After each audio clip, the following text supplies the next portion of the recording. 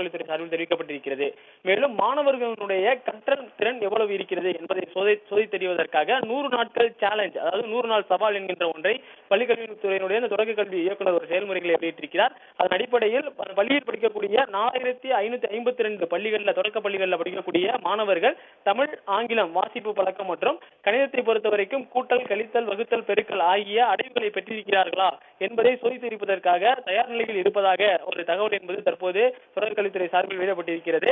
ஏற்கனவே பள்ளிக்கல்வித்துறை அமைச்சர் தளி சட்டமன்ற தொகுதிக்கு உட்பட்ட ஆனோகொல்லு ஊராட்சி தொடக்கப்பள்ளியில ஒரு ஆய்வை மேற்கொண்டிருந்தார். அங்கு படிக்கக்கூடிய 33 மாணவர்களிடமும் சோதனையை மேற்கொண்டு அந்த பள்ளியில் இருக்கக்கூடியவர்களுக்கு 33 பேருக்குமே வாசிப்பு பழக்கம் இருக்கிறது. அவர்களுக்கு கணிதத்திலும் கற்றல் அடைவுகளை பெற்றிருக்கிறார்கள்.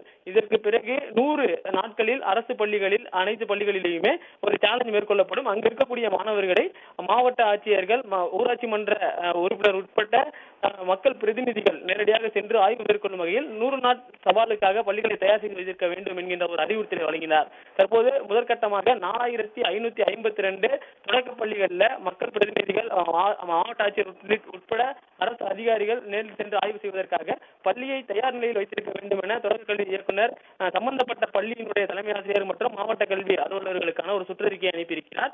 மாவட்டம் தோறும் இருக்கக்கூடிய அந்த பள்ளிகளில் 100 நாட்கள் அங்கு படிக்கக்கூடிய மாணவர்களுடைய கற்றல் திறன் எவ்வாறு இருக்கிறது என்பது குறித்தான சோதனைகள் எல்லாம் மேற்கொள்ளப்படும். அங்கு சோதனைக்கு வருவோருக்கு முழுமையான ஒத்துழைப்பு கொடுக்க வேண்டும் என்கின்ற அறிவுறுத்தலும் தற்போது தொடக்க கல்வித்துறை சார்பில் வழங்கப்பட்டிருக்கிறது.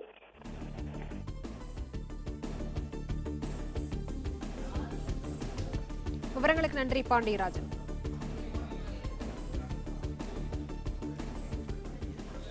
விளம்பர இடைவேளைக்கு பிறகு மேலும் பல செய்திகளை காணலாம். தொடர்ந்து இணைந்திருங்கள். பாலிமர் செய்திகள்.